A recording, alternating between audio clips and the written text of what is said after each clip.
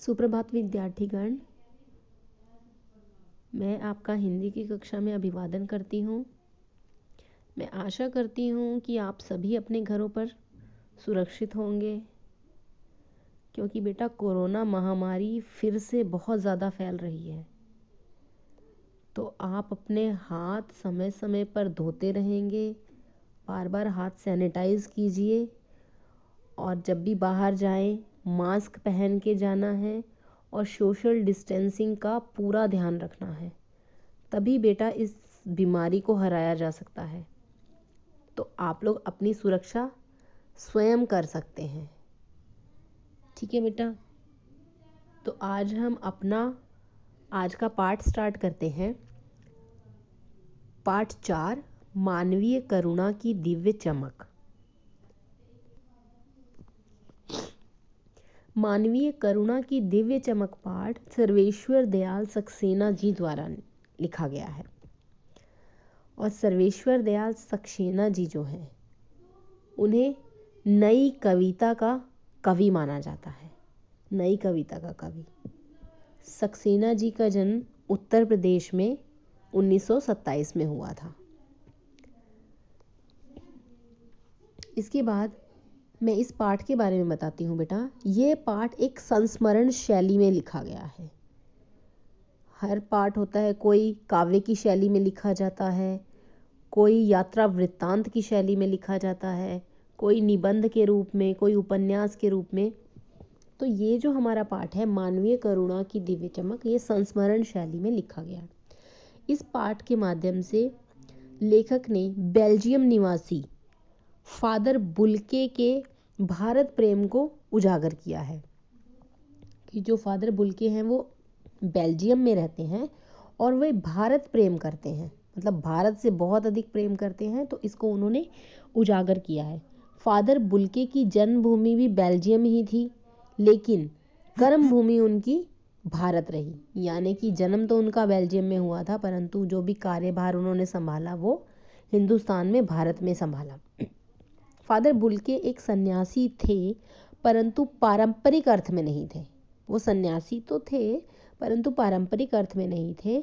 वे जो ये साधु संत महात्मा होते हैं, जो योग साधना करने के लिए जंगलों में चले जाते हैं, इस तरह के नहीं थे।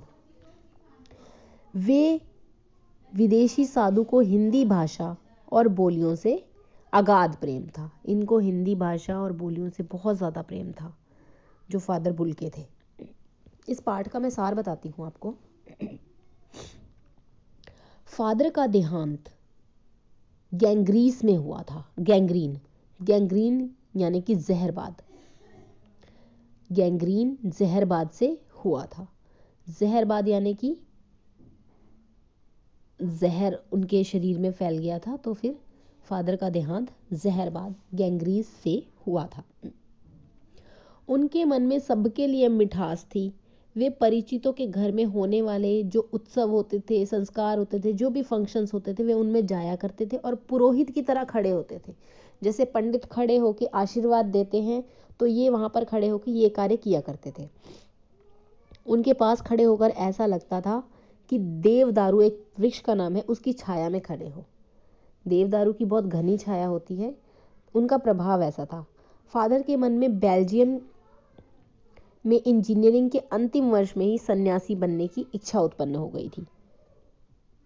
वो इंजीनियरिंग कर रहे थे और उनके मन में सन्यासी बनने की इच्छा जागृत हुई। वे अपने धर्मगुरु से सन्यास लेकर भारत आ गए। पहले उन्होंने जिसेट संघ के पादरियों के बीच में रहकर धर्माचार की पढ़ाई की। फिर वे दार्जिलिंग में पढ़ाई करते रहे। कोलकाता से बीए किया और इलाहाबाद से एमए।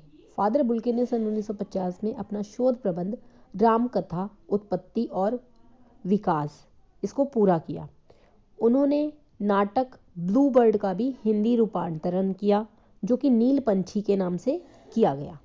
ठीक है, ब्लू बर्ड का हिंदी रूपांतरण नील पंछी के नाम से किया गया। बाद में सेंट जेवियर्स कॉलेज रांची में हिंदी और संस्कृत विभाग के अध्यक्ष बन गए थे। तो इस तरह से फादर बुल्के ने अपनी वहाँ पर उन्होंने अपना अंग्रेजी का शब्दकोश तैयार किया, उन्होंने बाइबल का भी अनुवाद किया।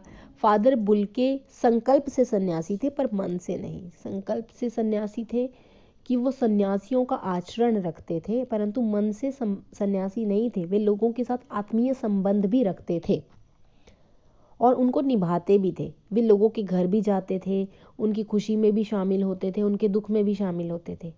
उनके मुख से निकले शब्द ऐसे लगते थे जैसे जादुई हों। और 18 अगस्त 1982 में उनका देहांत हुआ। इस अवसर पर सेंट सेवियर्स फादर पॉस्कल ने उन्हें श्रद्धांजलि अर्पित करी और उन्होंने कहा कि फादर बुल्के धरती में जा रहे हैं, इस धरती में ऐसे रत्न और पैदा हों। मतलब उनके जाते हुए श्रद्धांजलि देते हुए कहा कि ये जो फादर बुल्के हैं ये धरती में जा रहे हैं और मैं ये चाहता हूँ कि इस धरती से ऐसे और रत्न जन्म लें, पैदा हों। वे ऐसे छायादार वृक्ष थे जिनकी मानवीय करुणा की दिव्य चमक आज भी दिखाई देती है और आजीवन दिखाई देती रहेगी। तो बेटा हमारा ये जो पाठ है मानवीय करुणा की दिव्य चमक, ये फादर बुल्के के बारे में इसमें बताया गया है कि फादर बुल्के कैसे थे, क्या करते थे, क्या नहीं करते थे। बाकी हम सब अपना जूम क्लास में, ऑनलाइन क्लास में पढ़ेंगे। कोई भी प्रॉब्लम हो बेटा आप वहाँ पे मुझसे पूछ सकते हो। ठीक है, धन्यवाद।